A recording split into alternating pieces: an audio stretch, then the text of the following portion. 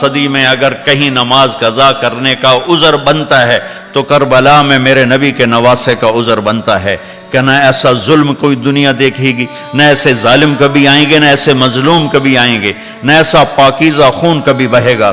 جو ہی سورج ڈھلا اور میرے نبی کے نواسے کی نظر پڑی تو آپ نے زہیر، آپ کے ایک سردار تھے جان نثار ساتھی، ان کو اشارہ کر کے بلا کے فرمایا شمر سے کہو نماز پڑھنے دے۔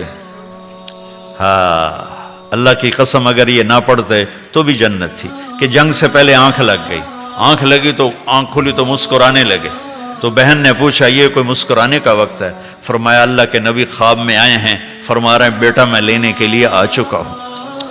تو اب اگر یہ نہ پڑھتے تو ان کو کوئی فرق نہیں تھا، ہمارے لیے پیغام ادھورا ہوتا، اور میرے نبی کے گھر نے یہ پیغام دینا تھا کہ زیر خنجر بھی یہ پیغام سنایا، ہم تلواروں کی دھار کے نیچے سجدے کر کے دکھایا۔